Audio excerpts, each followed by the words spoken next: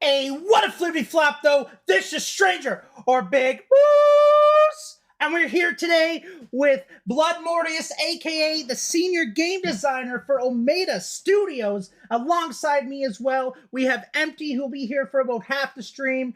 And we got It's Mike. You love him. And yeah, I'd just like to ask for everyone to introduce themselves. Let's start with Empty. Let's leave Blood for last.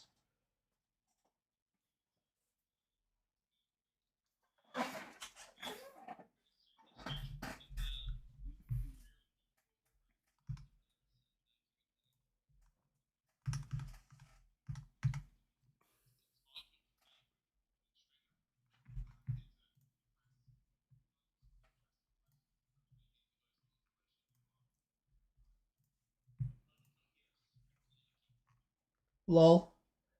Uh Oh, it's because I didn't change. I didn't change my audio. Hang on. We have a rough start. We have a rough start, but that's okay. It's okay. It's okay. It's okay. They can hear you now. They can hear you now. I promise. Well, we go again. Oh, okay. We go again.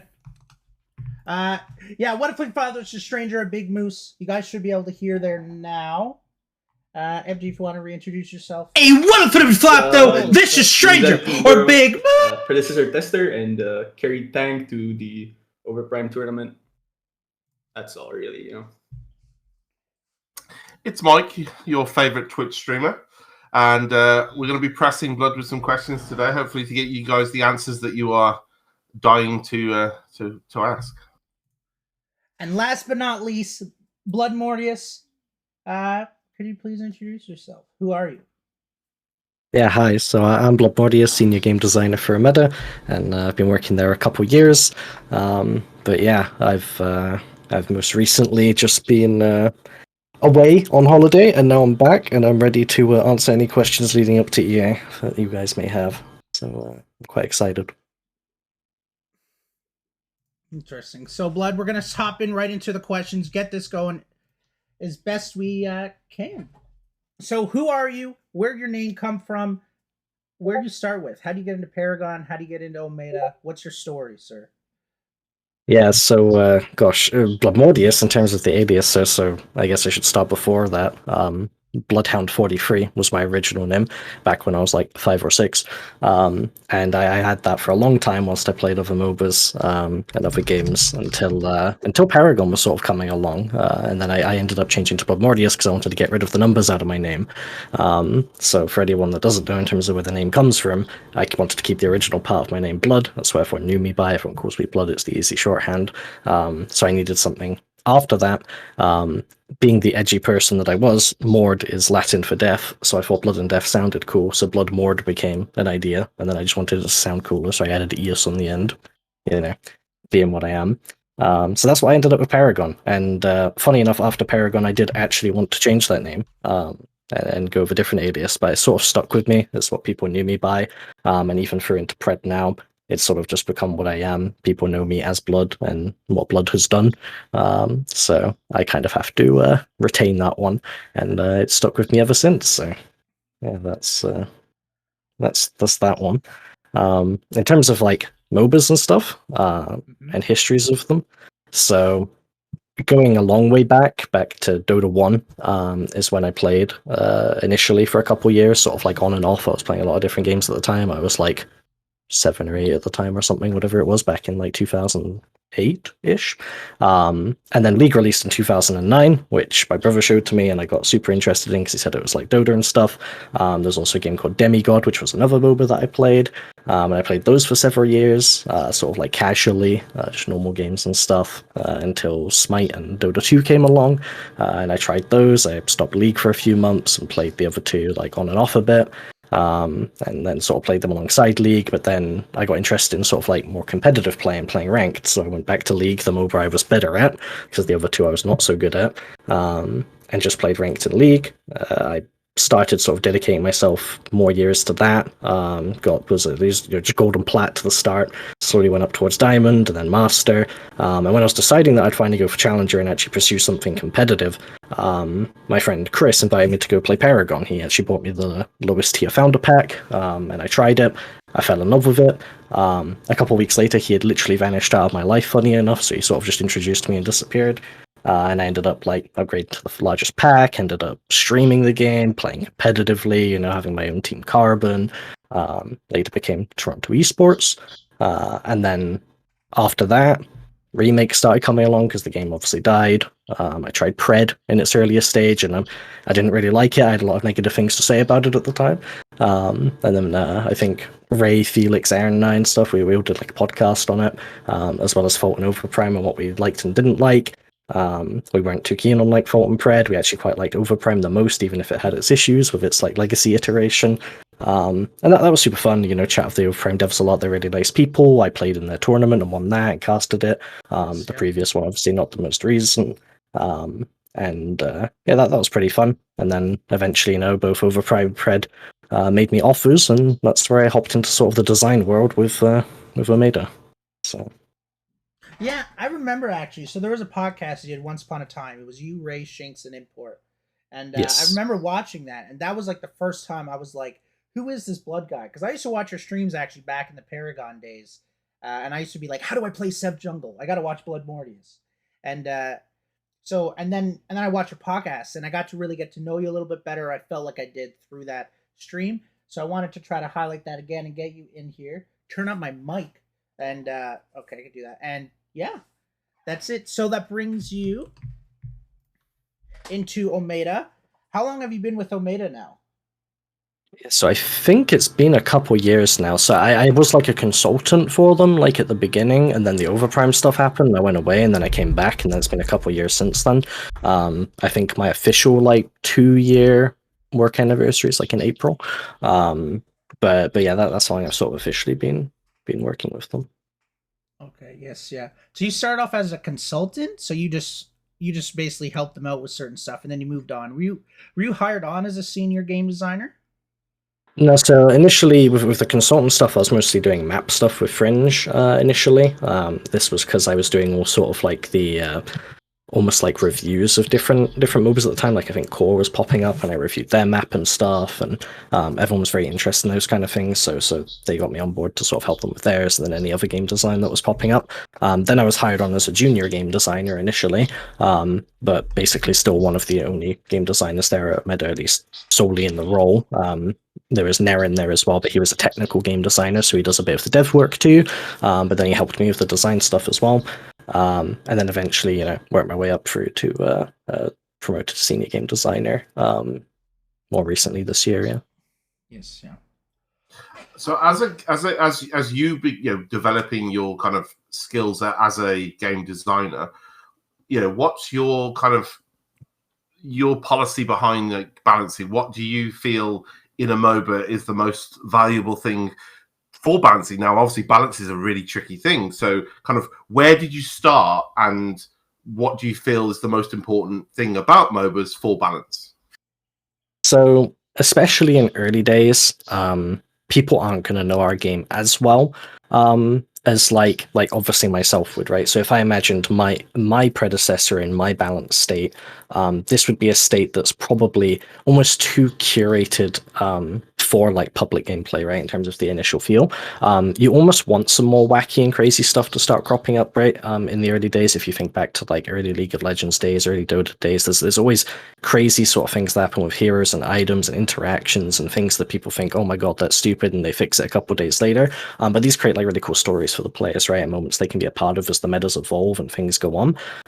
So I think it's important just to constantly keep things fresh, and a big part of that is to not like over-index on anything in the early stages. So even if I may think like, this interaction is like a little bit bad for the game, I'd like players to discover it first, and I'd probably already have solutions in my mind, which is healthy for us because we can make changes quickly.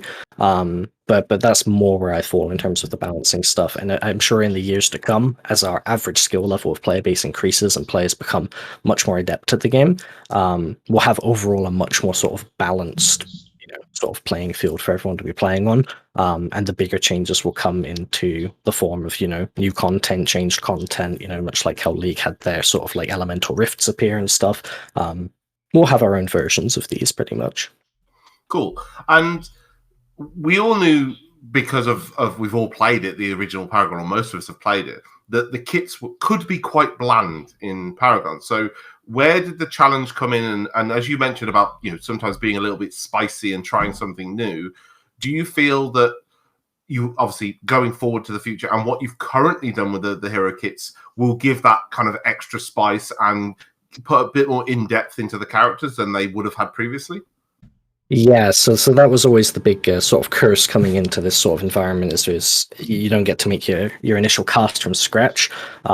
So in terms of just if I railroad a little bit, I was actually making my own MOBA before Pred was sort of a thing, just documentation-wise, right, on paper MOBA, where I was developing my own character kit, some of the philosophy I'd want from them and everything.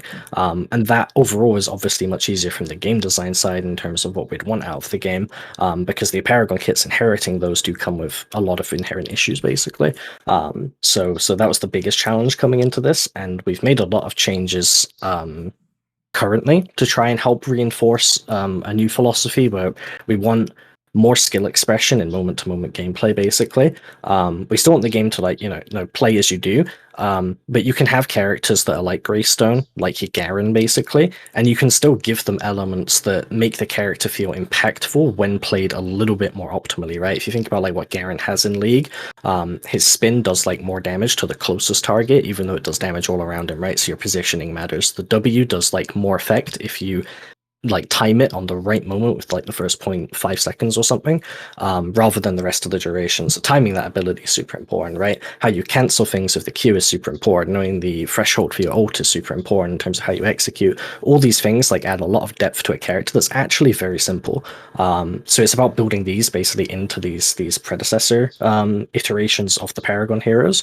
And we're trying to make small wins where we can, with the little rework, such as Kalari and stuff. I think is probably one of our most skill expressive characters, with the way her kit functions, with the 2 daggers or 2 skill shots, the skill shot ult, the way you sort of manipulate it with your death mark, the camouflage, meaning you have to care about your positioning a bit more and it's a little harder to escape. All these little things do sort of add up in that regard. We've added a cleanse to Chimera, which allows him to be a bit more functional at higher levels of play, but a cleanse is a little harder to use, at least optimally at lower levels of play, especially playing around longer cooldowns and stuff. So there's elements we're adding here and there, but it will always be something that we iterate on, right? I can't imagine most of these characters that you'll currently see in the first initial EA are finished at all.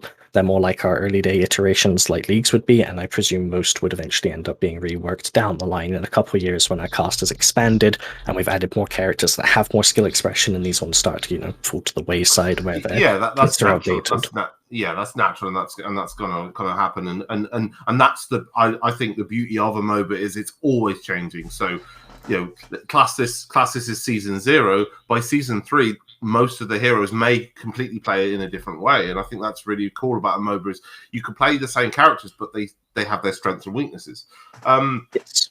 For you personally, with EA coming up really, really soon, with the fact that you mentioned about this kit expression, this you'll obviously be taking that information from EA, taking it in, adapting, balancing, etc., etc. What do you want players to be getting out of this EA when it comes to things like character expression? What do you think that people might be getting out of this when they first get their hands on it? In terms of my personal sort of thing of EA is mostly we want to get community feedback in terms of how the current gameplay just functions, right? We spent a long time refining sort of the core underlying elements that work, in terms of how projectiles function, in terms of how chaining abilities into abilities or autos into abilities, etc. will function.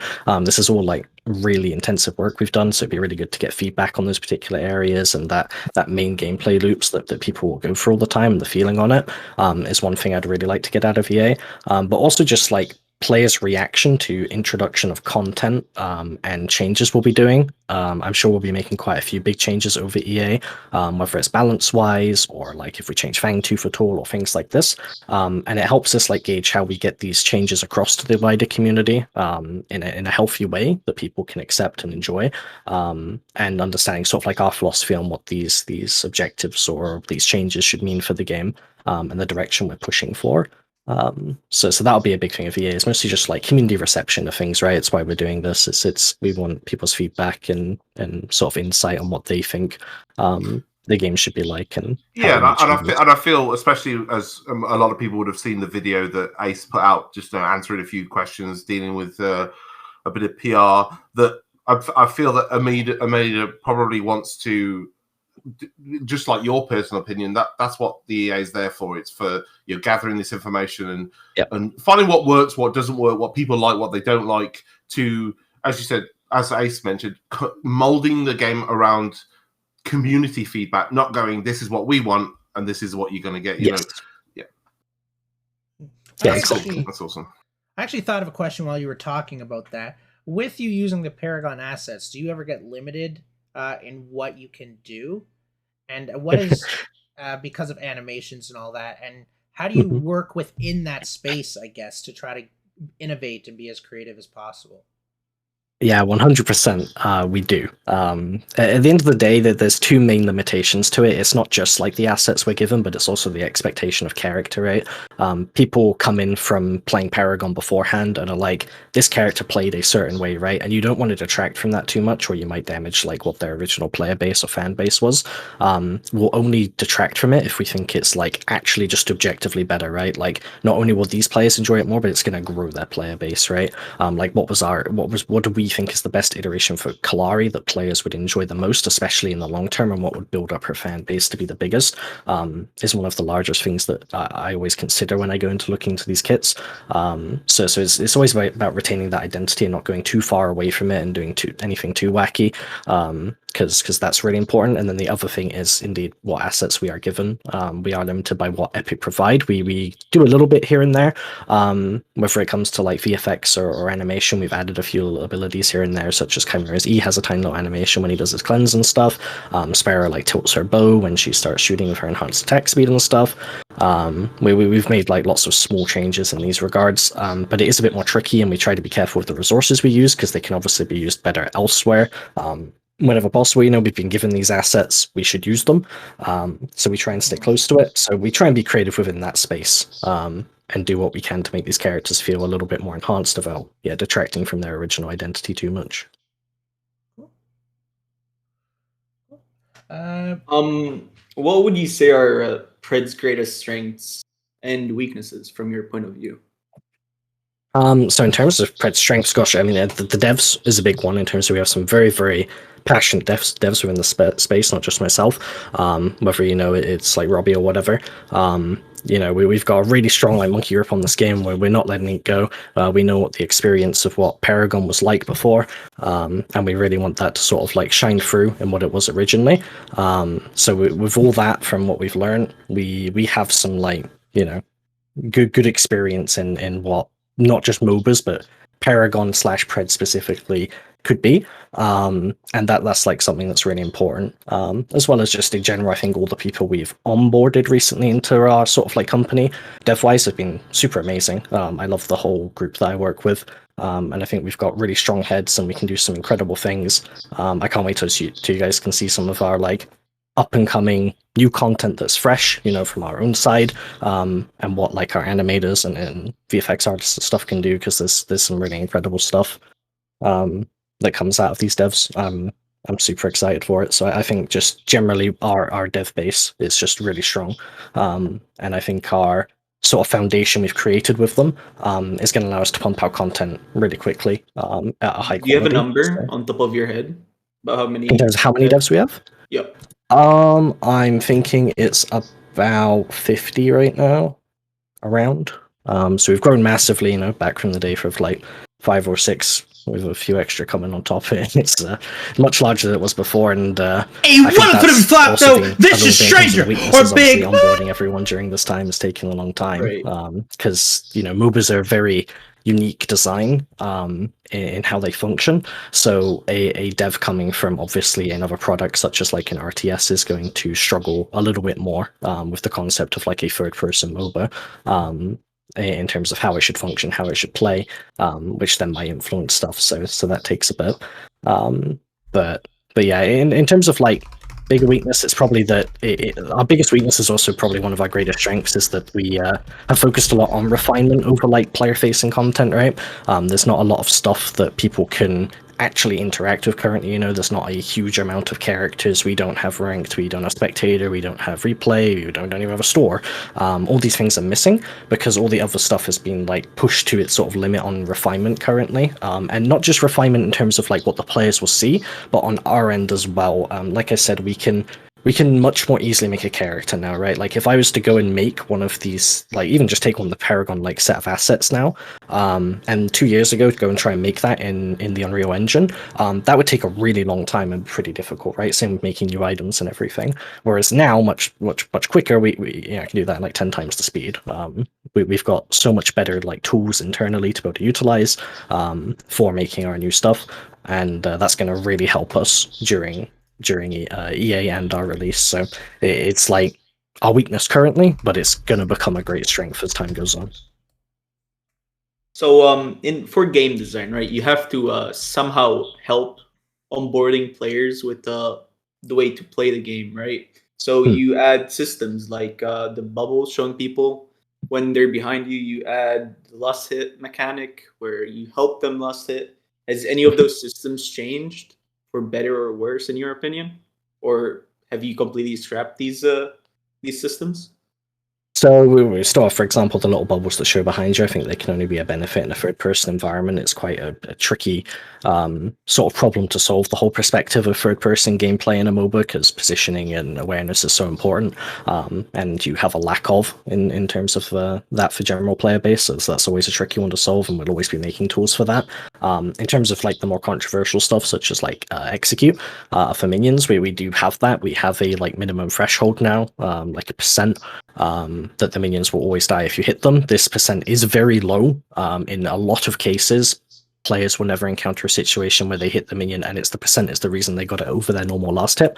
We've always had the indicator that we had before. I think that's just a great sort of help in terms of like when you shoot a minion, you can see the damage, but you can't see the HP value of the minion in our game, and we have no way of easily displaying that. Whereas like, you know, in League, you could just click on that minion, for example, right, and you'd be able to tell like if you could last that minion or not. It's just a helpful little indicator, and a lot of the sort of like skill of last hitting doesn't actually come from last hitting itself, right? In terms of like the very high level of play. When it comes to sort of like that gold to plat area, sure, it might make a difference, and that's probably where the biggest negative comes in. But in game design, one of the biggest things is always, there's always going to be two evils you have to take, right? And there's always disadvantages to both. And you have to basically pick what you feel is best for your player base, and pick the lesser of two evils, and execute is one we feel is best for this. With trying to onboard more people to a MOBA environment, and there's a lot less clarity in the game because of the third person sort of perspective, because of the way comebacks happen in Pred and how we have to have them occur. You know, if you're behind and last hitting becomes harder because your minions outdamage you, then that becomes really rough. So, you know, having this execute also helps that. There's like lots of sort of positive things that come with this that we think outweigh the negative for that sort of smaller subset of players.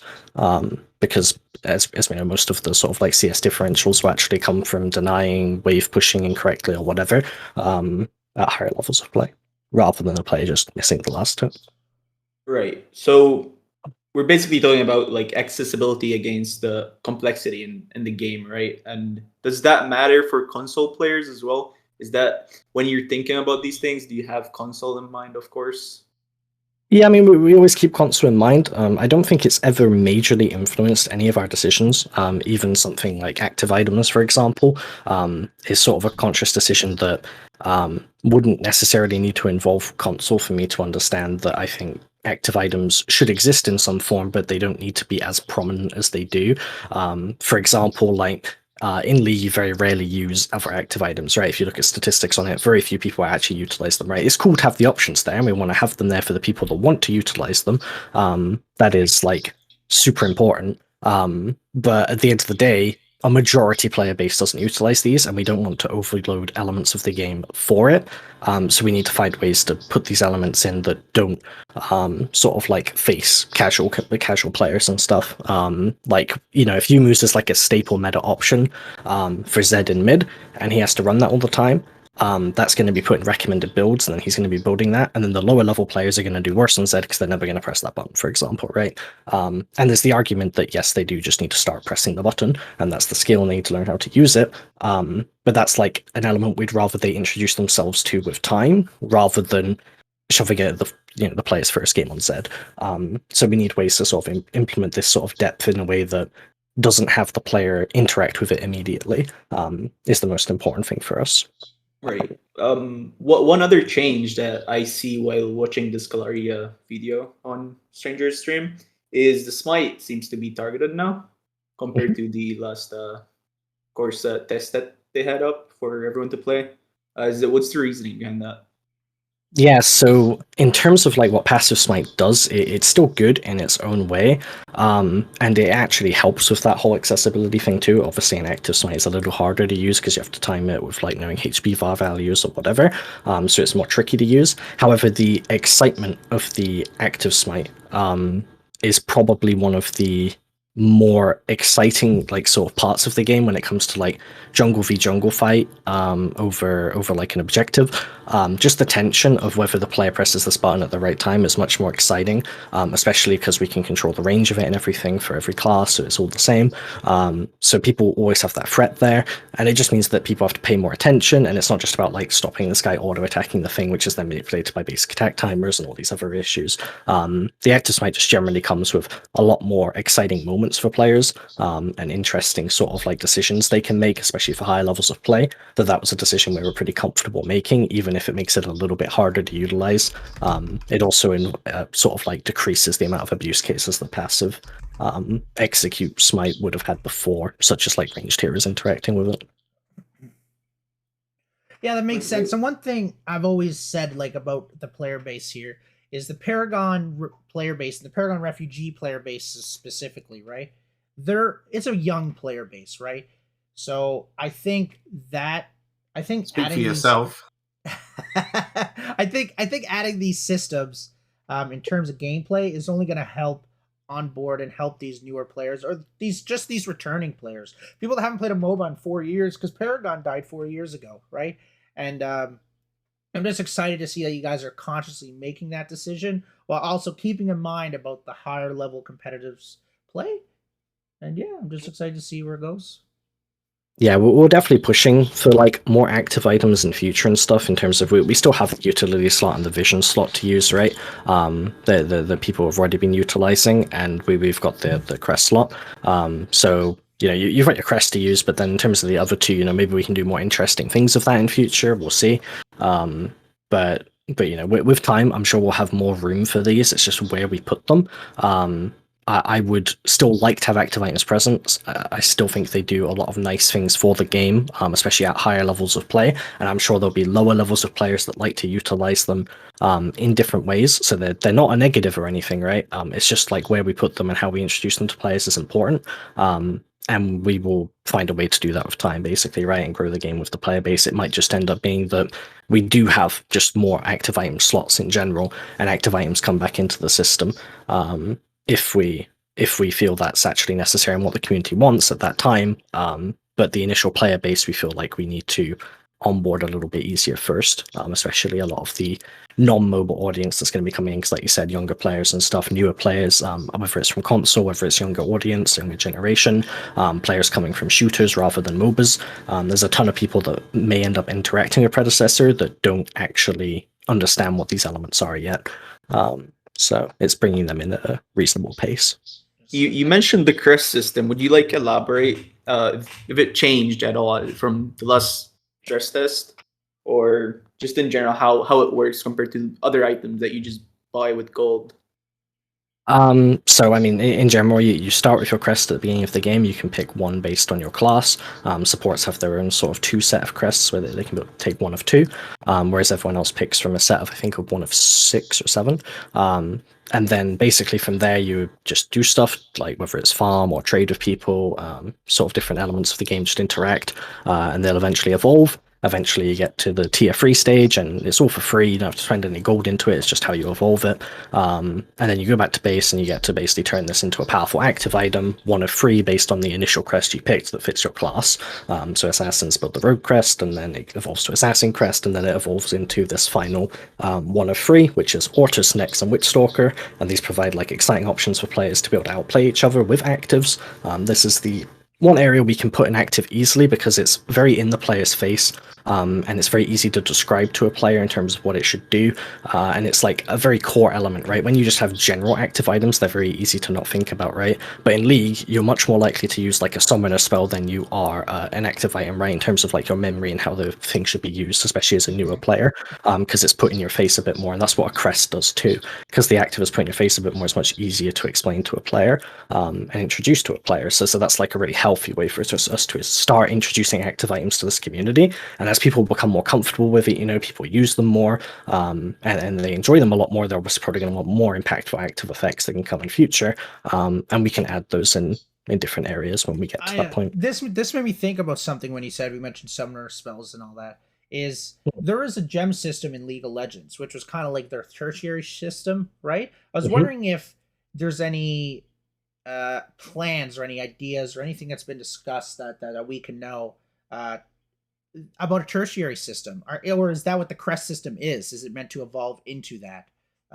So the crest system's more of like an expansion of our secondary system of items. It has been treated as a tertiary system for now, and when we introduce a proper full tertiary system, which we will be doing at some point, we may be reworking crests a little bit in terms of like how their stats are and everything, depending, right? Obviously, like you have different forms that the runes come in League. You have like your little stat-based ones at the bottom right, then you have your effects and you have your keystone. I'd treat this more as like the crest is a combination of one of your summoner spells plus like your sort of stat runes, whereas there's a lot of room for other power to be given in a customizable way to the player. I can say that recently I've been designing our variations of what our tertiary system may look like and experimenting with it a little bit, and I will certainly be concepting it over EA. And whether we introduce it before release actually comes, I'm not sure. But I would like for on release to have a form of the tertiary system in, even if it's simple, and for it to be an extra layer that players can interact with, whether it's in-game or out-of-game, that helps customize their experience and add a bit more depth, right? One of the key philosophies for that will obviously be keeping it accessible, so there are just default ways for it to function, right? Like there's default room pages in League that you can just pick up and go as a new player, you don't have to think about. But otherwise, I'd like it to be like as customizable as possible for a player experience, so that higher level players can do what they want to do and make more intelligent decisions to achieve different goals. Is there or will there be different options than just having a blink at the start of the game? So I've been writing a documentation too for what we could do as an alternative for Blink. It's very difficult, right? Blink is obviously a very powerful spell in what it does, and not very many things can like contest that spot easily, in terms of like you don't replace Flash in League, right? Very rarely, like a couple characters might here and there, but on average Smite is a ridiculously overpick spell for a good reason in terms of its strength, and our Blink is arguably stronger than what Flash is, right? In terms of like what it does to lane state because of the distance it travels, which it has to, because it has to go over walls in our game. So it's very rare you'd actually find something that you'd want to take over it, which either means we will introduce an extra slot for something else if we feel that's necessary, or we will have a separate system, because as I said, we've got crest actives, right? That already takes up a bit of the sort of like player thinking space. So if we're going to do something, it's probably of that utility or vision slot, or maybe there's room to add one more slot in future as well. Is also a possibility. We'll see. It's a bit up in the air, that one. So while we have you, I wanted to ask you a few questions. What can we expect is different from the playtest to EA? You've already mentioned crests being slightly different. You mentioned the execute. Is there anything else that we should be looking that's changed gameplay wise going into EA? So I'm sure a ton of items have changed since then. It's hard to keep track because it's been quite a while. I'm sure a ton of items have been rebalanced or changed or refunctioned completely. We did go through a couple iterations of like experimenting with different item systems, for example, and a lot of items changed as a consequence, even if the actual item system remains the same as it does currently, basically. So that's probably something to look forward to. We've obviously got more characters coming, and rebalance to the characters, maybe some new mechanics with certain characters since the last test. I'm not sure. I can't remember how much again we've changed since then. In terms of actual again player-facing content in game, I don't think there's too much more off the top of my head, other than just general rebalancing stuff. And that's mainly just due to the fact, again, we were focused on refinement and stuff. But stuff will come pretty quickly, right? I can imagine in a couple weeks after the EA drop, you will see the first character already popping up straight in, and then every month from there there'll be a new character alongside other systems being introduced fairly quickly. These will be our main focuses. Interesting. And I just wanted to add one more thing there to this, and this is kind of transitioning into our next thing. What is your personal goal for EA, and then what is Omeda's personal goal?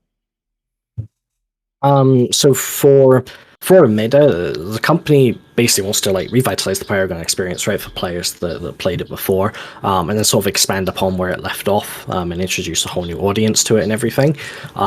I also aim towards this sort of goal, but I've always wanted to basically create the best possible MOBA.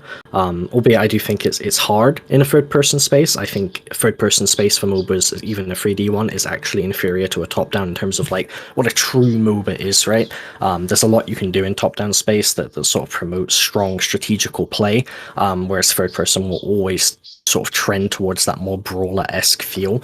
And gameplay-wise, it's always difficult to hit strategy in a third-person sort of appropriately, especially to a MOBA's level. So it's more my goal to make Pred basically as close to that as possible, and use its like other potential strengths to make something that's like a bit more unique from what like a more true MOBA like League might be, but basically just as exciting. Okay. Cool. That's it. So, just to reiterate on what we talked about so far, as we did kind of finish like our first little bit there. We talked about who you were, your MOBA experience, your Paragon experience, how you got into Omeda.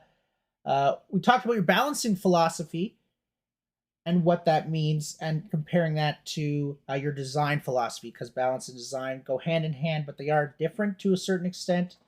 What is Omeda's, or what is Predecessor's greatest strength? What is the greatest weakness, and how are you going to go forward with that and try to improve upon it?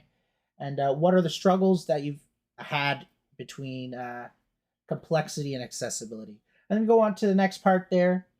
Yeah, so guys, we did have this kind of like worded up. So what we're calling this next part is we're going to be calling it monetization and player retention / onboarding. So this is where everyone wants to know, how is it being monetized? How is it going to go in the future? And just little stuff that got answered today, I think, in the early access FAQ, frequently asked questions there. But I would like to just dive into it and hear your words on it, I suppose is a good way to put it. Sure. So yeah, early access monetization, pay to play, pack bundles. Please explain how much a coin is worth in terms of euros, in USD / euros. Is one coin equal one? Does 100 coins equals $1, for example? Yeah, so I don't have exact currency conversions at this point, but in terms of like, I know our skins will probably be about like, so if you imagine like a standard T2 skin, right, something that probably changes the mesh a little bit, not necessarily a recolor, but a bit greater than that, probably what you'd expect from like a 750 RP skin in League to be. That's probably going to be about 600 to 800 coins around that area, which is fairly comparable. So you could probably make RP as a fairly fair sort of comparison in terms of what League uses as a currency conversion to their currency for ours as well. So I'm not sure exactly what those actually end up being, but people can probably do calculations off of those. I think that's a pretty fair sort of like estimate to make currently until we have something more exact, which will probably be given in future. But yeah, in terms of the packs, yeah, they'll be getting the coins, then otherwise the exclusive skins, and then all the sort of planned like her early access heroes, up until release, basically. So those are also worth essentially quite a lot, right? If a player is going to come into Pred fresh on release, they're going to have a few characters from like the onboarding systems, but they're not going to have like the initial like 25, for example. Those would all have to be characters they either earn or purchase themselves. So I'd like your thoughts, because this is always a topic, and it's been a topic for pretty much any game that comes out with an early access, is the aspect of a paid early access. Now, most of us, especially the older generation, kind of understand it a little bit more, but can you explain maybe to people why, especially, and we know it's not necessary, there's going to be a free-to-play, but why, to you and to Omeda, why a paid EA is important for like progression and for development of the game? Yeah, so in one way it limits player base, which is necessarily a good thing for us because we don't have a lot of the retention systems. So even if we can like onboard someone comfortably, which I still don't think we can, I think again we need more onboarding systems too, such as tutorial, it's also going to be hard to retain them without player progression, so they're going to fall off, and someone who then leaves the game is much more less likely to come back, especially if it was a free-to-play product, because they had no initial investment in it. Whereas when it comes to like them having to invest some sort of like part of themselves into it at that point, they're probably more willing to put a bit more faith into what the product's going to be, and what it's going to currently be. It sort of like tempers expectations a little bit, and you're probably going to end up with your more passionate players that are definitely going to be coming in 100% rather than the people that aren't sure, because if they aren't sure, they're probably more likely to drop off as well, which would be very unfortunate because they might actually like the game on release, and we wouldn't want to see them leave before the game actually becomes something they actually want to invest themselves in. And then these passionate players can also help make the game more fleshed out for release, right? And then help guide us throughout the EA sort of process with that feedback that we're looking for. So overall, yeah, a bit smaller player base, and it is a negative in itself because obviously a MOBA, a live service game that's competitive, is going to thrive off larger player bases, and the exponentially worse it gets, the smaller player base you do have. However, we do think we'll have sufficient players to have consistent games throughout the entirety of EA, to the point where we go free to play on release, where we'll have more of these systems in place, and then obviously people will have a bit more access to the game in more easy to access ways.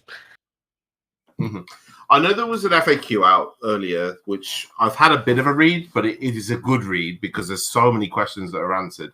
Can you go into a little bit more detail of maybe timeline-ish? I know you can't stick to particular dates because you don't always know those dates, but things like the general account progression, the ranks, the store, profiles, custom games, all that type of stuff that you're going to be adding. Kind of, can you give an insight into rough timelines, kind of what people are expecting, when they might expect it, etc.?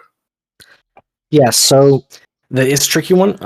The main thing is we don't want to set like big expectations for when things will definitely be coming, and then obviously don't deliver at that point. We'd rather be 100% comfortable with when things are actually able to be delivered. So I'm sure when we get to like actual EA release and stuff, we're probably going to have a better roadmap put out for everyone that will have more accurate guidelines. In terms of just estimates that I can give, for example, custom games is like a big priority. It's actually something that's not hard for us to implement relative to other features, so that'll be something that probably drops in like one of the first couple patches of EA, right? Whereas something like Ranked is going to require a ton of UI work, it's going to require a ton of like MMR work, dev work. There's loads of different things. There's so many elements that go into that that are very difficult to set up, and we want to get it right before we put it in. So that's probably going to come much more towards like actual release. Maybe we'll have like an EA season if it comes early enough, but I can imagine that one comes sort of like at least second half of EA towards release area. And then in terms of like other content, spectator replay will probably be within like the halfway mark. We'll probably have those up and running by then.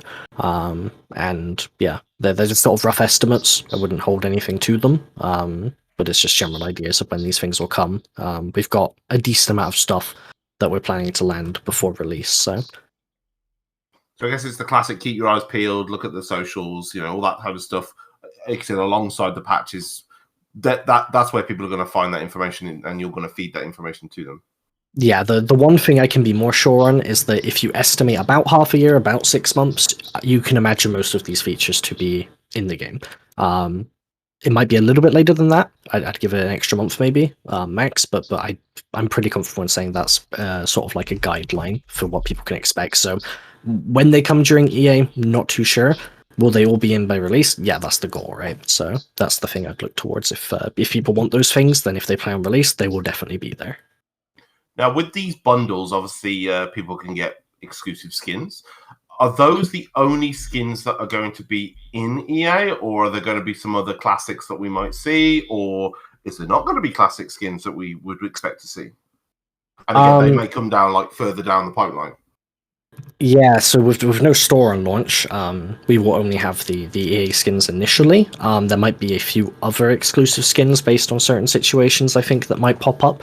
But I don't think we'll have anything like general that people will be buying or anything for the people to, for example, spend their coins on currently. When the store is finished, partway through EA, people will then be able to purchase stuff. I'm sure we'll have a bunch of skins in there, whether it's the Paragon ones or whatever. And I'm sure before release happens, we'll have a few sort of our own unique skins in there as well in the store that people can purchase that will start to pop up. But yeah, initially on the EA drop, there will not be anything for players to purchase. So skins, soon TM. Yes. I had something I thought about while you were saying that. I thought of two things. First thing I thought about is in the heroes, because it says right on this that I'm looking at. The next 5 heroes are released, and we know that Omeda has committed to 1 hero a month, hashtag every 4 weeks. And I'm wondering, do you guys think you can commit to that all the way through EA? Yep. Through the EA, I'm pretty sure we can get a hero every month. As we go towards release, we'll update everyone on what our cadence will become for release, whether that's still every month or if it's now every, month and a half, 2 months, whatever it may be. We'll be sure to update people to give accurate timelines on what to expect. The last thing we want to do is set expectations we cannot meet in that regard.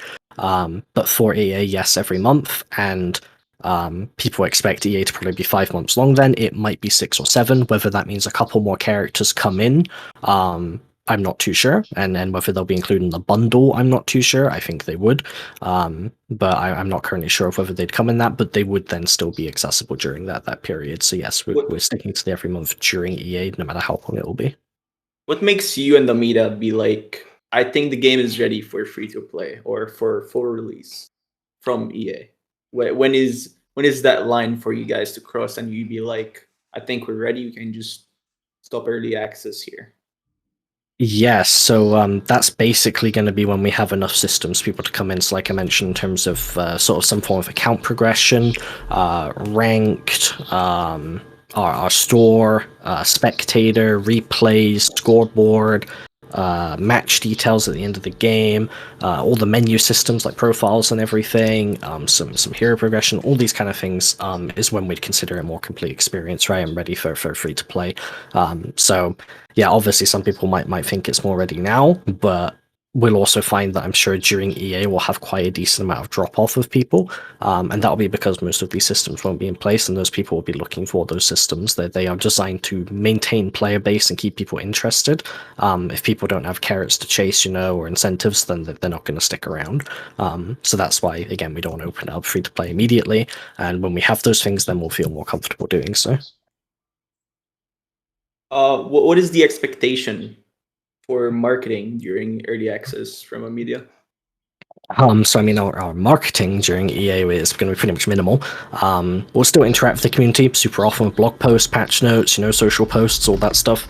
We'll always constantly interact with you guys through Discord, wherever it may be. But I don't think we'll be seeking to expand marketing much outside of like what the original sort of like Paragon player base is, obviously, and the remake player base and all that, as well as the initial people we've captured currently. We're not going to be like seeking to catch all the corners or everything, and we're basically saving that for release, right, for the free to play. That's when we want everyone playing. For now, we just want that initial core player base that will be formed during EA, and stick with that rather than expand too far out and again have people interact with an incomplete product. So that should tie in with kind of MT's earlier question, which is when you feel like, okay, our product's ready, we've got everything in, we've got ranked, we've got, you may have even ran a few tournaments in EA for fun, just to see how things go, and you're like, okay, balls to the walls, let's start pushing it out there, getting the eyes onto the game, even more eyes, should I say? Sorry. Yes. Will Omeda have its own informative website or videos that they will throw out in early access, like going over a hero kit, for example, or just any new update. They introduce a new hero and they just explain it in a video format instead of like Yeah, so patching. I think we'll have a decent amount of video content for that kind of stuff. I'm not 100% sure in terms of like hero spotlights and stuff. We may end up doing some stuff like that. During EA, it will definitely be more rough in that regard because we're mostly focused on content injection rather than sort of like hardcore community pandering in terms of like those little features and stuff, which community sort of can make for themselves as well, right? I'm sure for release we'll make as much of that stuff sort of like accessible in terms of like informative website. Like most information we're going to try and make accessible through the client itself, so players don't have to go to a web page basically for that stuff. Whether it's tutorial based information or wiki style information, all that stuff. And we also love community involvement with these kind of things, right? If there's a public wiki, we'll support that and stuff, right? And then with the information they need with like public API, that'll be accessible during EA at some point.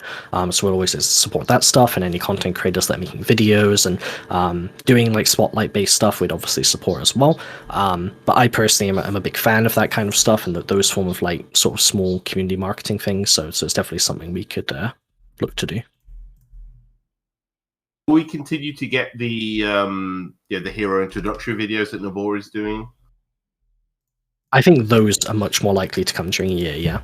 Something short and sweet to show off the character, maybe, but maybe not too in depth, like an 8-minute spotlight or something. Maybe like, something like that will start coming if we find resources and time for it, because I would like to do them. But they are more tricky. Okay. Does that mean that possibly that Carrie, the new senior community manager, may also do one as well? Potentially, yeah. Ooh. I'm excited. I want to see them on like a real dev stream one day and see what they have to do. That'd be interesting. I'm always a big fan of dev streams and getting to connect with them and stuff. So I have to ask. I think you've already answered this question 50% already, Blood. But I want to ask in your own words, why the pay-to-play model and not free-to-play, especially when we're in the demographic where we are in 2022, where we know free-to-play is just kind of the way, right? When it comes to these kind of games, RPGs and stuff excluded, of course, because they're always pay-to-play. But in these genre games, why do you guys go with this model? Yeah, so I mean, I always preach free-to-play for these things, right? In terms of my own personal view on what competitive, particularly competitive, but live service games should provide to player bases, because I think one of the most important things is just a substantial player base, right? It makes matchmaking better, which makes game experience better, which leads to better onboarding and retention, and just a generally more sort of like enjoyable experience for the average player. However, I think if you're going to do EA, this is the more reasonable way to do it, as I said before, in terms of like the reasons we are doing it, for the focused community feedback and not bringing people into a more incomplete product.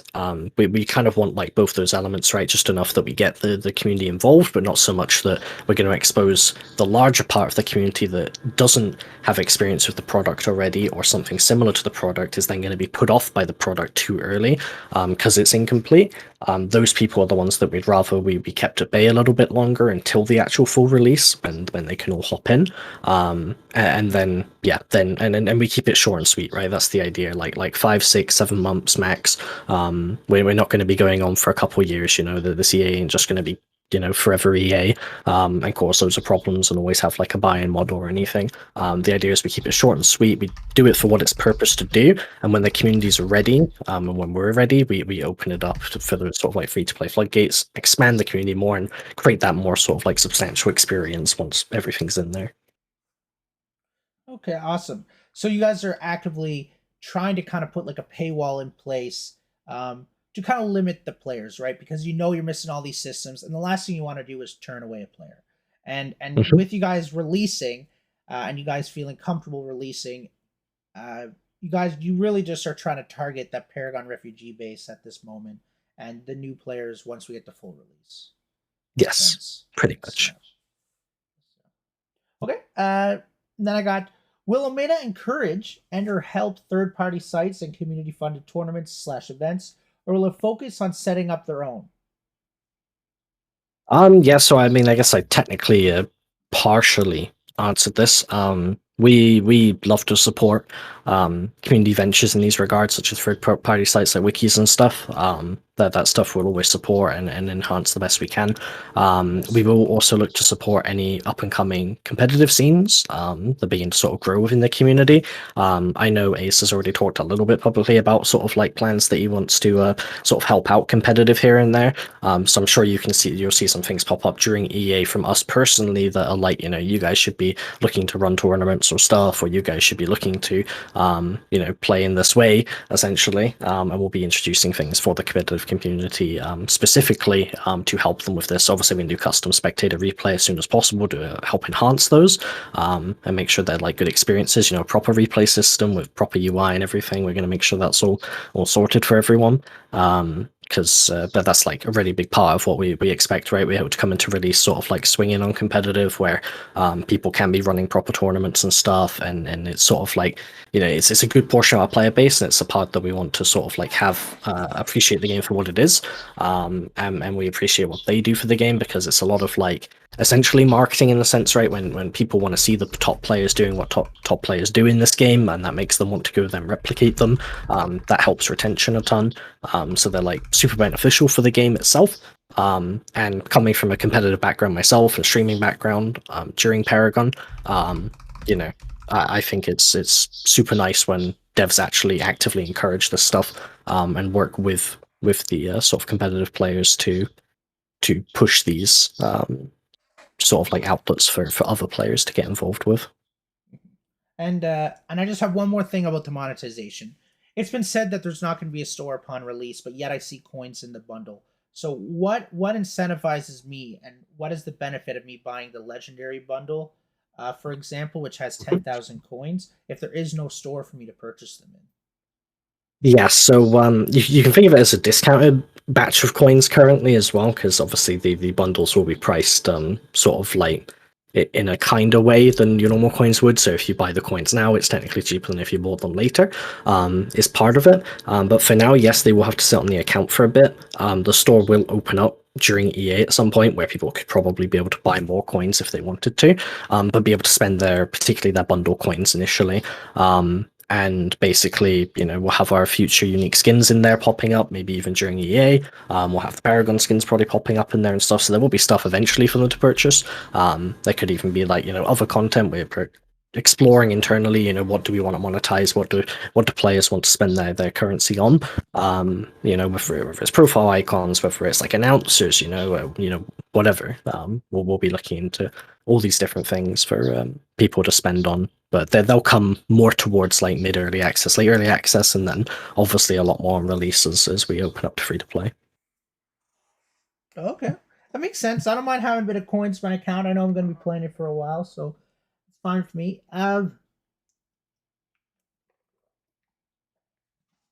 Sorry, just taking a swig of water there. So you gotta hydrate. You always have to hydrate. You know how it is. I have a question for you. Paragon skins. Mm-hmm. They will be in the game, I assume. Will they be? How will we receive those skins? I guess is a good way. Yeah, so as far as I know, in terms of the current plan, is to make them paid for, and there is a couple reasons for this. One is obviously the development cost of the game thus far and everything, and in terms of what investors want to see on return, and what do people actually invest in this game, based on the expectation of what the skins do and everything.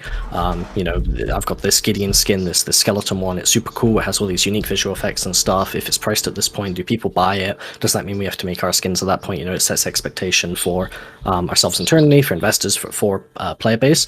But then the other big point is also like that skin versus our own unique skins, right? We've got to make skins as good as that skeleton Gideon one, right? And if you price that Gideon one lower or make it free or something, it's much less likely that someone will pick up your other cool Gideon skin, even if it's a little bit cooler, that you've made unique, because this other one's just free, right? Why wouldn't I just use that all the time? That's super cool too.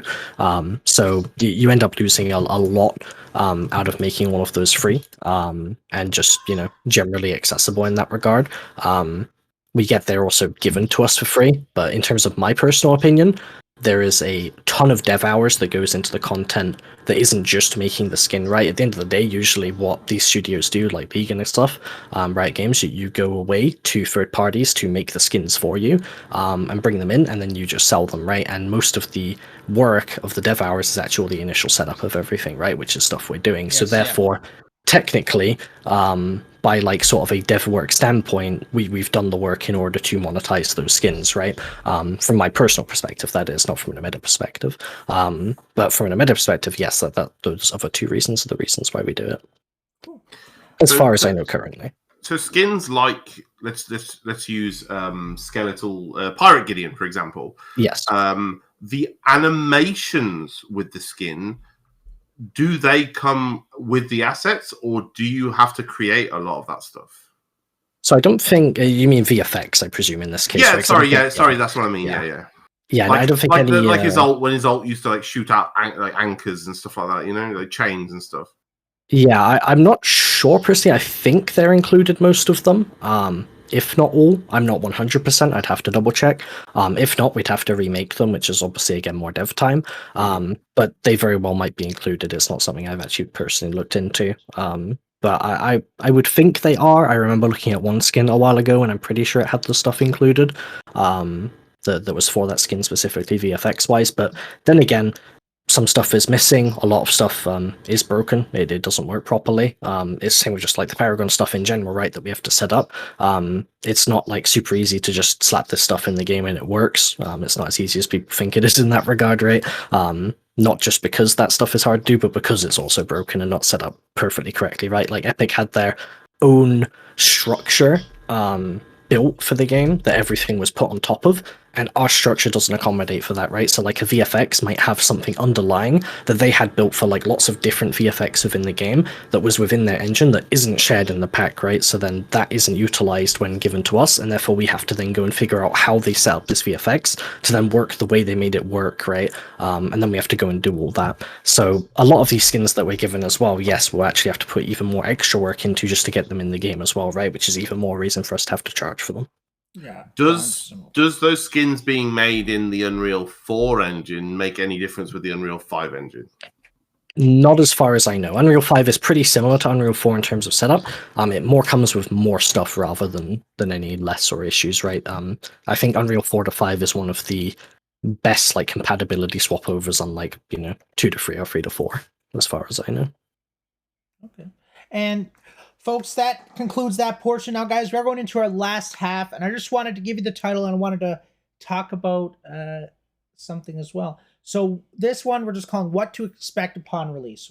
What are some things? I'm just going to kind of go into it. This is kind of where it's going to get a little bit more freeform with the questions, and we're just going to kind of roll with it. And Blood, I wanted to ask you a question. Are we going to be getting any kind of leak in this portion? I might have something at the end of it, a little bit. Something to talk about, yeah. You hear it there, folks. If you stay tuned in, there will be a little bit of a leak at the end of this show there. So yeah, so we'll give it off to Mike. We'll let him kick it off for this one. There you are. Okay, so we've just been talking about Paragon assets, Paragon skins, etc., etc. In your opinion, because this is kind of more aimed towards you rather than Omeda as a company, is what do you think that Paragon did good, and what did they do bad? Okay. Gosh, yeah, Paragon was a while ago, but obviously Paragon had an excellent style for art, visual, and sound. That was like one of their largest strengths, that immersive sort of atmosphere that they provided. It was incredible. It was very hard to find in any other MOBA space. It's one thing that drew me in personally quite a lot, right? When I first loaded in, playing like Rux and Rampage and stuff, running down the lane, just felt incredible, right? It's a whole different world when it comes to that and something like League, and that's something they did excellently. They also had a bunch of unique ideas that were actually pretty good in some cases, right? So they obviously had the card system, the gem system, river buffs, or prime dunking, all sorts of different things. I can comfortably say that, most of the stuff we haven't taken on board, right? We've taken river buffs, but we didn't take, the stealth buff, for example. We haven't taken on all prime dunking. So these are things that I personally feel that didn't make the game as good as, other things might, or had their own inherent issues. But I do think they did a decent amount of things right. It's quite funny when it comes to like sort of the design space. You learn a lot as you're sort of like designing a game like this, in terms of like why decisions are made and what things come to, right? The card system was always a big meme in my mind, and the gem system too. When it came to Paragon, it was one thing I always quite denounced quite a bit on my stream, which these days I feel quite bad about doing, because when you actually explore like the item system space in this kind of game, you can very comfortably see how someone would land on the system they had, even if it isn't necessarily like the card system out of game where you had to pick your cards, then load in and use them. If they just had all those cards in the game accessible, you could see how they'd come to that kind of system, for example, right? And same with the gem system. You could see how they'd come to that system when you follow all the design paths and all these sort of things. You can see how Paragon felt like, yeah, this is the right decision we want to make, and why it could just factually be better in some cases, right? I feel that kind of system fell flat when it came to mobile audience like myself who came over, because it's very foreign. It doesn't match up with expectation. It feels like it has its own issues, based on previous mobile experience, which harms that a lot. And then I think they also convoluted it with the out of game stuff, right? And then making it sort of like this more focused shop actually ended up doing more harm than good for like onboarding players that were new. And I think that caused a lot of sort of its own problems. It's hard to understand the nature of like the cards, and then bringing certain ones in, and then how you equip them, and then with the gems and stuff. All of that wasn't really too like healthy even for a new person. Whereas an item is, I've got gold, I buy item, go. Especially when you've got like recommended ones, it was like super easy. You didn't have any middleman to it. That was pretty good. Do you think that it was Paragon's, as you just said, the easy solution is there's an item, buy it, gold, done, which pretty much works. But do you think Paragon, with the crazy things like the card system, like the gem system, do you think they were trying to find something that would put them different to everybody else, but they just couldn't just make it work? So I think one of the biggest pitfalls that Paragon fell into very early on, was that it actually tried to capture too large of an audience, right? It wasn't focused enough. So I think League does an astonishing job of capturing a wide scale audience, right? It's shown in its player numbers, its retention, and everything. I think it does a really good job. Paragon basically seek to like expand upon that, right? Do that, but then even more so. But what they sort of like, I think, made the mistake by is by pushing to sort of like each corner of these player bases, you actually detract from the others, right? So if you imagine League is like a perfect like shape in the middle of like a graph, like a scatter graph, right, pushing towards the different corners. The Paragon wanted to do that but further, but then it detracts from the other areas, right? So when you bring in this card system and you make it like a card game player would really like this system, right? Because you have to make a deck beforehand, right? That makes it better for the card game player, but that's going to make it much worse for your I want to hop in and shoot stuff player, right? Your shooter player wants to get in there and have high, mechanical, sort of like high tension gameplay moments, and then just hop into things, because now they have to think about that system, which they don't want to. And then likewise, when you then make the system all about that and make it too easy to access, and you just, basically don't have an item system, then you're going to detract from those card game players, right? I think there's like really good middle grounds that League hits really well. Whereas like Paragon basically tried too hard to like hardcore push issues into these sort of corners and ended up digging a grave out of them, basically. I think that was probably its biggest pitfall as a game, was more ambition than anything, right? Trying to be bigger than it could be, rather than like, taming and restricting itself a little bit to have more like optimal and refined systems that are tried and tested, with their own spin and twist on top of being that third-person 3D sort of space, sort of MOBA, It makes perfect sense, right? They, as the saying says, you fly too close to the sun, you're going to get burned. And I think that's what Paragon happened. And on top of that, too, like, Paragon was insane. If you look at it and you go back to it, it felt like it was 3 different games. Like, you had Paragon 1.0, Paragon 2.0, and Paragon 3.0. And I'm just kind of mind blown at how much it changed from Legacy to Monolith to the New Dawn. And yeah, so I think you could tell that they were definitely struggling with ambition and what their vision was. And yeah.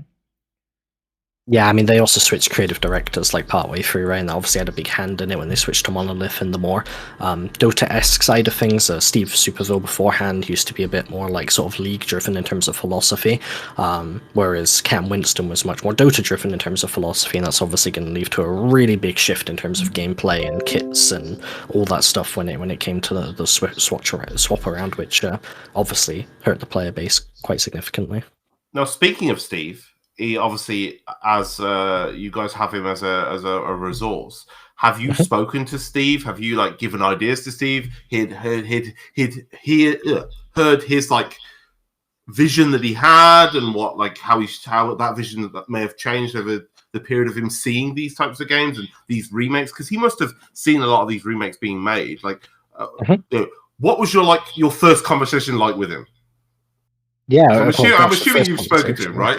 yeah, multiple times. Yeah. I wish I'd speak to him more these days. It's been super busy, so we haven't caught up as much. But I'd love to chat with him again.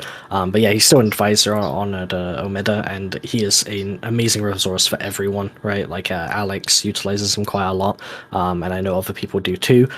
He's got incredible experience within the industry as a whole, and then Paragon itself. In terms of like my first like interaction with him and stuff, it actually was him giving a presentation on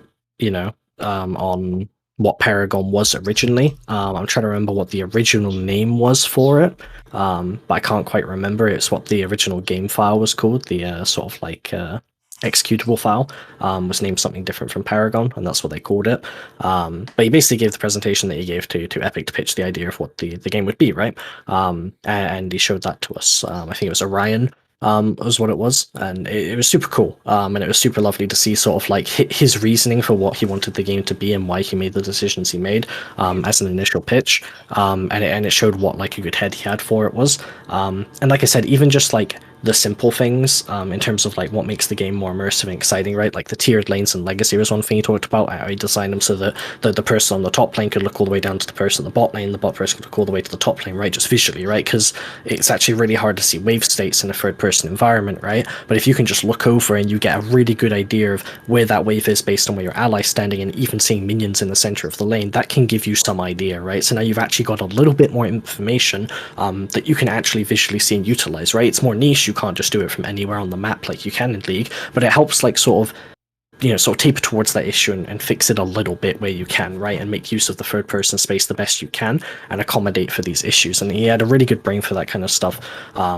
And he's helped us a ton, just in general, when it came to like, when we're exploring different potential alternatives to item system and stuff, and getting his view on it, and what his perspective was super insightful. And yeah, just in general, and he's just a really great person to interact with, really passionate, really exciting to be around. Good. Once EA hits and it's December 1st and everyone's playing the game, and we're 2 weeks in EA, and we get our first set of patch notes. What are those patch notes going to be consisting of? Is it going to be mainly new content? Is it going to be bug fixes? Is it going to be balance? How is the balance between all those three things in the patch notes? What is the focus?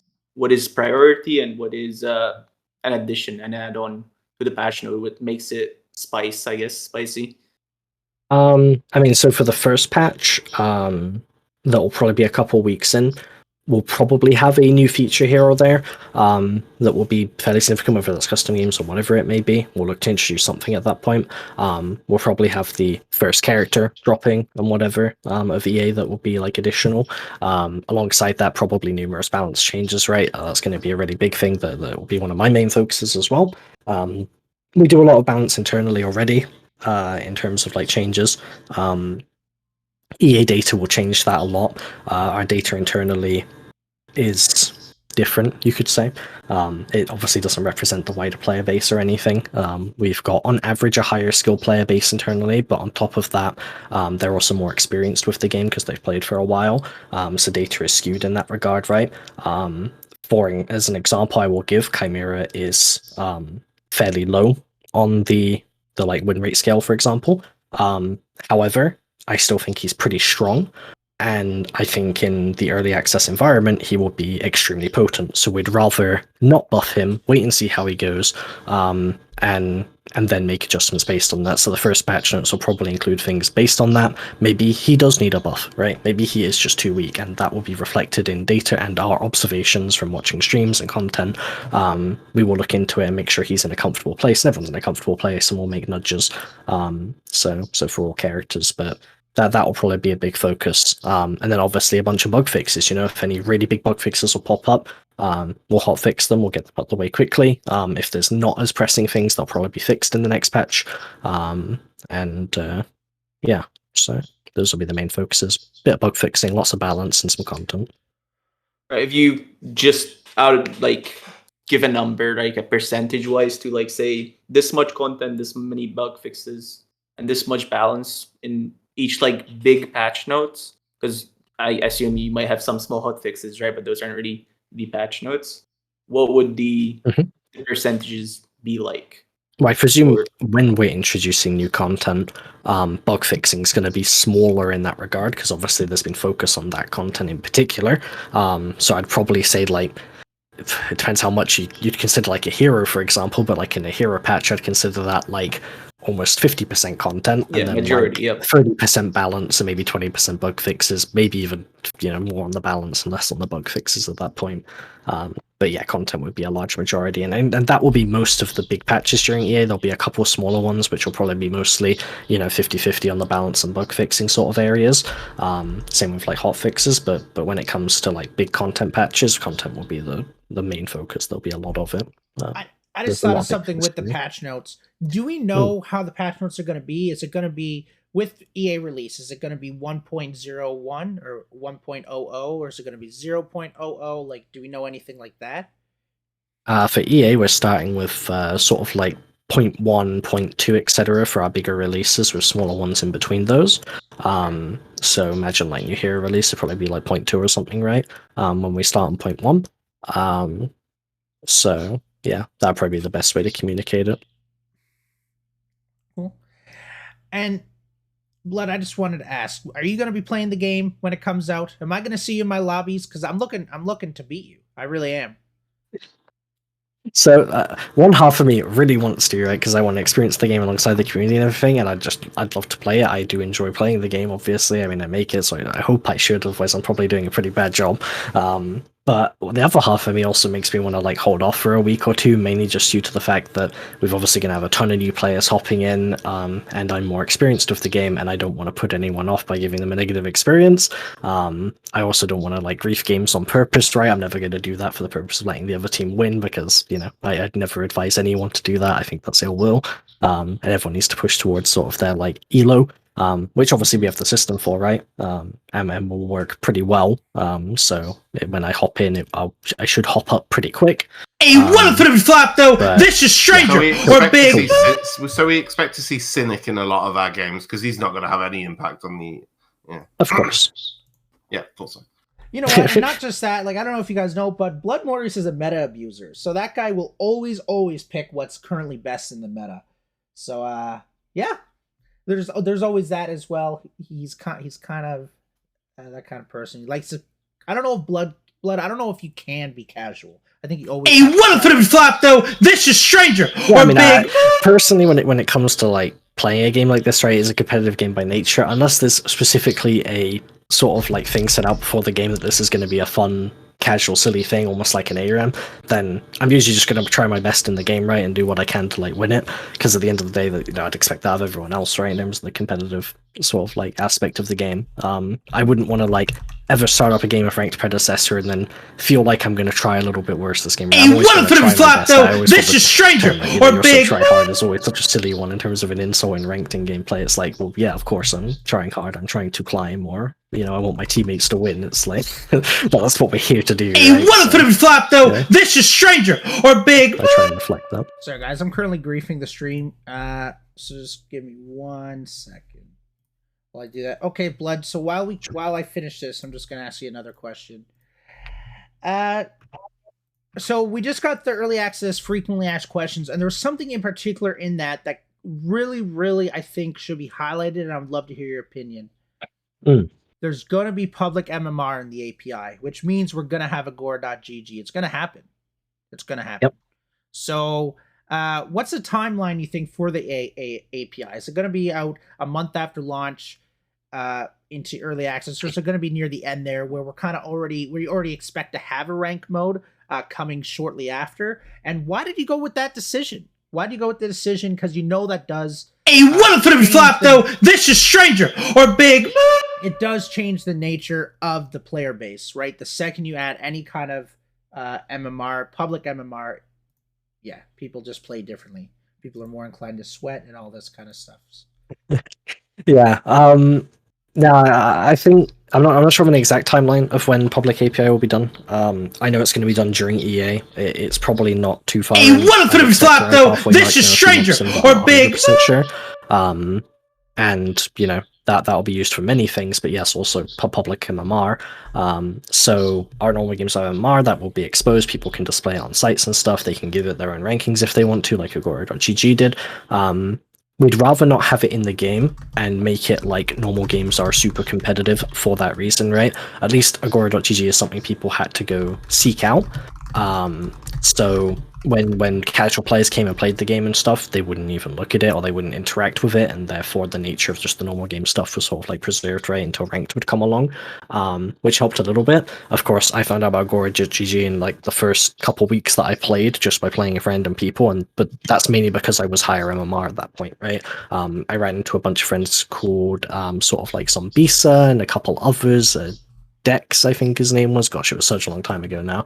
These people stopped playing Paragon, like Snart as well, shortly after sort of like Paragon came about. But these were people that introduced me to Agora.gg. They pointed out that the site showed your MMR and stuff. They were people I just randomly met in the game, and then we became friends and stuff. And that's how I became aware of it. But to be honest, if I wasn't high elo, I probably never would have even known it existed. And I wouldn't have even looked for it. It's not something I'd actually look for, even if I was, feeling like I could play competitively or whatever. So I'm pretty sure like a large majority of our player base won't interact with it in that regard. But there will be some that do, and the people that want it can, and it might give them a bit of that sort of like, carrot on a stick to sort of chase whilst we work on other elements of competitive play for them to focus on, whether that's ranked or other little things we do like events and such throughout the early access period. So yeah. Dev streams. Do we expect to have a dev stream before the release of EA? Do you know if there's any idea there might be some during EA? Is there going to be like any particular characters, as in people, we might expect to see on it? Or are you planning to, if there is going to be any, there's going to be a mixture of people? So as far as I know, before EA, there isn't going to be a dev stream. As far as I know, there might be one that pops up. If there is one already currently planned, I don't think I'm invited, or as I think they would know. But I'm pretty sure there's not going to be one. During EA, I'm sure some will happen. I think it's a nice way to communicate to players. I would like to be, participating in some of them when they do occur, whether it's to discuss, recent balance changes and philosophy or hero designs, whatever it may be, build hype, build excitement, bring clarity. That stuff is always stuff I want to do for the community, and I think that's really good to do through dev streams. I think that's a really nice and active way to do it, and put sort of like more sort of identity of ourselves onto what the product is, and what we're doing.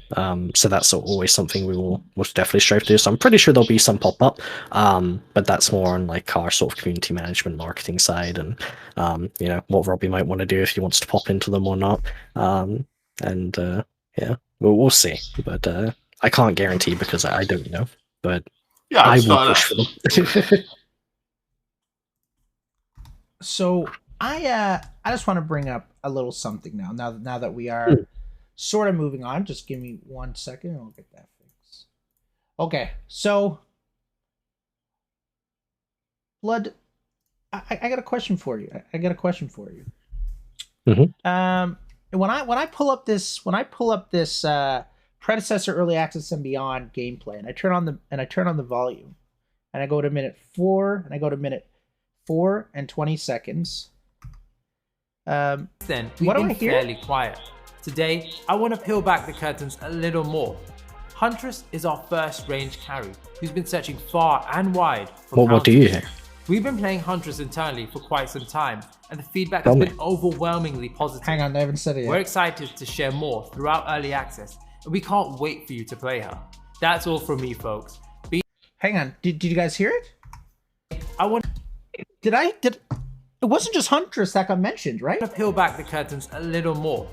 Huntress is our first range carry, who's been searching far and wide for counters. Hang on. Who has Huntress been searching for? Who's Huntress been searching for? Wait a minute. Countess? Was that Countess? Was that Countess? So if I go and look at the early access frequently asked questions right this second. Let's see, I just pop in, I go right. Hang on, I took a picture of it. I'll go get the picture. And I pull this up. Right here. For now, though, know that the one she hunts will be arriving later this year. Wait a minute. Yep. Who is that? Does that mean Countess is confirmed? Does that mean Countess is coming in December? So, yeah, but it's pretty easy to piece together from that. One thing we want to do is like, especially personally, right, is world building amongst our current character cast, right? I think Paragon always did a very poor job of world building, but I think it's actually a really important element for retention and character building, and it's something that League, for example, does extremely well, and I think helps a lot with their cinematics and just general retention. So I think it's really nice, and one thing that we have done with Huntress is tie her particularly into Countess, and as you've seen there, in terms of that's the person she's been hunting, there's lore tie-ins and reasoning for that. You know, we'll have snippets of that and stuff, I'm sure, in future that we'll tease to everyone, and give out, and bits of lore where how those two interact and why, and whatever may come with them. But yes, Countess will be coming this year, so you can put that as December's hero, my gosh, Countess is coming. I'm so excited. And I would love to ask you more about her kit and everything, but I know we probably can't talk about it, so we'll move on. And but yeah, I'm super excited to see, and I'm sure there will be some kind of promotional video about her in December, and I'm excited to see that. Look, I can't wait, man. Countess is, yeah, she's pretty cool. And what else? What else? Do you have anything else for us, Blood, that you wanted to share with everyone? In terms of a little bit of a leak, I mean, Ace already stole my leak of a new hero every month and put it into his video, right? That is what I was going to sort of tease here, that's what we were going to be doing, but that's now already out there, so I guess I'll sort of make my own leak a little bit. Not huge in that sense, so obviously I designed Huntress, right? I worked on her kit initially, and alongside all our amazing artists and everything, we went through like many iterations in terms of her visual design and everything. She'll be coming during EA, which is going to be super exciting. I can't wait till that happens. It's going to be our first unique hero design. It's going to be my first ever like proper character design with the kit and everything that's going into that, which is going to be super cool to see gameplay wise. She's gone through so many iterations in like the past year. She's really helped us refine our like hero design process. She's taught us a lot in terms of how we approach our own unique designs, whether it's like, you know, with the model, with animations, with the VFX, with the kit, all these different things has really helped sort of like shape and pave the way we'll be making our unique characters in future. It's also just been like super awesome working with like the talented VFX animation, general just art team we've picked up along the way on her visual design. These people are like amazing, incredible at what they do, and it's really awesome to sort of see like just this little clip of gameplay, for example, to community, what they can do. Like that VFX for the ult is absolutely incredible, and super exciting. I think they've just done a brilliant job in capturing the feel of what that character was meant to do. And in general, she's just felt amazingly, like even kit-wise and stuff. I can't wait to see how the community finds her, like within the Predecessor space. I think she fits amongst the Paragon hero cast like super duper well, and I just want players like playing her as soon as possible. In terms of what you see in the video, yeah, that Reaper style ult is her ult, very Samira-esque or Vala-esque or wherever you sort of want to get your reference from. That kind of ability does exist in many areas. It's a super exciting ability for what an ADC can do, right? It makes the character play completely differently from the Paragon cast in terms of all these sort of like ranged ADCs tend to play a bit more conservative, the exception maybe being something like Revenant, who will like, you know, ult you and isolate you and try and kill you, but this is like, I dive into like the middle of a whole team, right, and I'm going to try and make this pop-off moment, right? I'm going to try and do something exciting.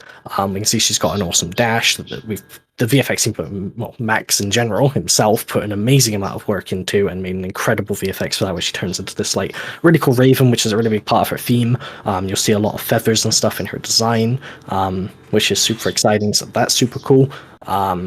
And she's also got a pistol that she pulls out and that she uses as like an alternative. That will be her R&B. I'll confirm that. As like sort of an alternative way to shoot. Temporarily, it's like a skill shot. It's sort of used alongside her LMB. She'll weave it in. It'll be fairly like low cooldown later stages of the game, and something really exciting for players to use. But I won't leak what her sort of final ability and passive will be. But they have really cool synergy with the ultimate and her play pattern. She has a really fun, unique laning phase, and she gives like ADC players a way to have like a bit more exciting agency within the game, where they can like not play as conservative as like a Murdoch and stuff who's super safe, and be something like super exciting for ADC players to actually manipulate the game with, by making big team fight plays and putting the game a bit more on their back. So that's a bit more of her intention. I anticipate she'll be a little bit strong when she drops due to that, number one, that philosophy, and number two, the general idea of characters being strong on release. But we'll bounce her appropriately as those come. And I'm really excited to see what players can do with her, because there's some crazy stuff that can occur that we've done internally with the character, and it's really fun to play. Okay, and I got so many questions. So, Huntress, she's coming. You confirmed 3 out of 4, 3 out of 5 of her abilities there. I'm super excited to see what the rest is. I can't wait for the first playable gameplay video of her. And it's also Omeda's first original hero, everyone. They are going past the Paragon assets, becoming a true spiritual successor and making their own heroes. And can we expect more heroes like this in the future, more original heroes? Yep. Yeah. So in terms of technically slightly more leaking stuff, I'm already working on the next unique character after this one. And we've already got more in the pipeline as well, being worked on by other designers such as Cam and Aaron and such import, that are getting initially prototyped and designed and stuff. I love working on the characters in this game. One of my favorite things is just the general hero and character design within MOBAs. I myself like to, in the evening, for example, go into just the Unreal Engine and start prototyping stuff that I've already designed on paper. I have a ton of paper kits that I've worked on, not just whilst at Omeda, but before Omeda, when I was working on my own sort of like paper project of a MOBA. So I just love enjoying trying to implement those with our systems and seeing how they play in the game and seeing what like mistakes I'll make like from a paper perspective, right? Because not everything translates well into a gameplay space, so that's really cool to see. So yeah, we're already starting to build up a backlog of like prototyped designs in that regard, right? And then it's just getting sort of like art on board with working on them, and yeah, we're already working on our next character as it is. So That's amazing.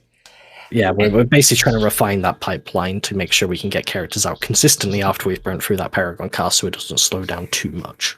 One last question I wanted to ask is, so is it important to have your own released heroes in between Paragon heroes, you think, when you're releasing them? We will be spacing out the Paragon characters with at least, I think, 4 of our unique heroes or something like that. Maybe 3. We'll see. Depends how the cadence ends up going and how everything works out. But we'll be slotting in a few of our unique ones there where we can. And then after the Paragon cast is finished, we'll obviously be down to purely unique ones, and we'll see how the cadence works at that point. Hopefully we'll have really refined processes in terms of how we approach these designs, and we can get them pumped out pretty quick. We'll also probably in general have more resources to pump them out a little bit quicker, but we'll be doing them adjacent, right? So if a character took 6 months to make as a just random paper example, if we had 2 alongside each other, that would be 1 every 3 months, right? Because we could develop 2 at a time. And likewise, if we could develop a third alongside that, that's 1 every couple months and stuff. So we can try and pump them out as quick as possible, and that will be certainly something we focus on, because hero content release is one of the primary things that will be driving retention throughout the life of Predecessor over the next few years. Alongside, maybe we work on a couple different game modes, maybe a new map, and then, what do we do with the tertiary system? What do you do with Fangtooth Orb? These are all things we look at, but heroes would always be the primary focus. Absolutely. And this is just a question I missed. I forgot to ask you earlier today, so I'm just going to ask it now. And this is what I mean by free form. It's kind of might go a little bit all over the place while we wrap things up. You've been at Omeda, what, 2 years now, give or take? Yep. about that. What's day 1 compared to day 700 like for you? Oh gosh. Yeah, very different. We have a lot more people now, and I sort of mentioned it before as well. Not only do we have a lot more people, but we have a lot more resources and sort of structure in place where things are just much easier to make, right? Like, gosh, if I hopped in on day 1, I could hop into a chat with with Naren, and we'd spend like a long time, designing like an item or something, and then we'd be implementing it, and he'd do like 99% of the implementation. I'd have to watch because I had no idea how the engine worked at that point, until I got like sort of self-taught and had him teach me a bunch about it. Like I ever so thankful to Naren at my time at Omeda, because he's a crackhead genius. That guy is incredible when it comes to C++ engine work, all that stuff, and he's taught me like everything I know pretty much from engine stuff in that regard. And all So the would you say processes he's your favorite developer? That's what I'm getting from it. Yeah, that's a tough one. Yeah. I would say Cynic is your least favorite at that point. Is that what I understood? Maybe, sure, you could put It's it that okay, way. Blood. You don't have to say it. But yeah, That's Naren's been with me what we got sent. Yeah, he's been with me even before like Omeda. He's been with me on my own little project, like I said, the Paper MOBA and stuff. On a game between that, on Core when we hopped in there for a little bit. He's been with me most of the steps of the way, and he's really incredible in that regard in terms of his like knowledge base and how he self-taught himself everything. Just a couple of years C++ engine, all that stuff, and he's an absolute god at it. So yeah, he's fantastic. And as I said, like day 1, he'd do most of that stuff, and I'd simply be doing my little baby design stuff and trying to bring myself into things, and trying to have influence wherever I can. Whereas now it's like we have proper game design team that we have constant meetings with and conversations about, and we get a lot more stuff sort of just documented and pumped out. Everything's cleaner, the systems are nicer, and like I said, I can just hop in the engine now and go start making characters. Right, I couldn't do that a couple of years. I couldn't even do that a few months ago, really. Like easily just prototype stuff. It's just the most recent stuff. I can now just be like, yep, I can grab a dummy in Unreal and I can just start making a kit on it, right? And that's like super exciting for me as a designer, just to experiment with stuff and have fun with it, and helps me like sort of drive my passion for the sort of project just in a really nice way. So it's really grown a lot since then, company wise, and sort of the sort of like structure of the game wise as well for us to work on. Absolutely. And folks, we're going right into the last little bit. We're going to give everyone one last time to say something to the stream, to all the players, and we're going to let Blood say the closing sentence there for everyone, and I'll start. What a floaty flop, though. This is Stranger Big Moose. If you guys didn't notice, we all have rabbits here as our pictures today. You can ask us off stream why we did that, and there is a little inside joke there. Everyone, I loved this. This is super fantastic. Thank you for everyone that tuned in. This is kind of my dream right now, is to be able to do this, push content, and bring the players together. And the reason I called this, folks, the Passage to Predecessor, is because I want to create the bridge, starting with this stream, to what early access launch is. And I want to see that, and I can't wait to see you all in the games and see all the content that everyone makes. I'm just super excited, and I'm going to be honest, I think we're going to be doing this more often. We were looking at doing it weekly, but we're not entirely sure. Like, I would love to, but if not weekly, we're definitely going to be doing more cutting to the cores. And there's been a special request to get Alex on the show once upon a time in the near future, so I'm going to hopefully be reaching out to him. He is the lead game designer over at Omeda.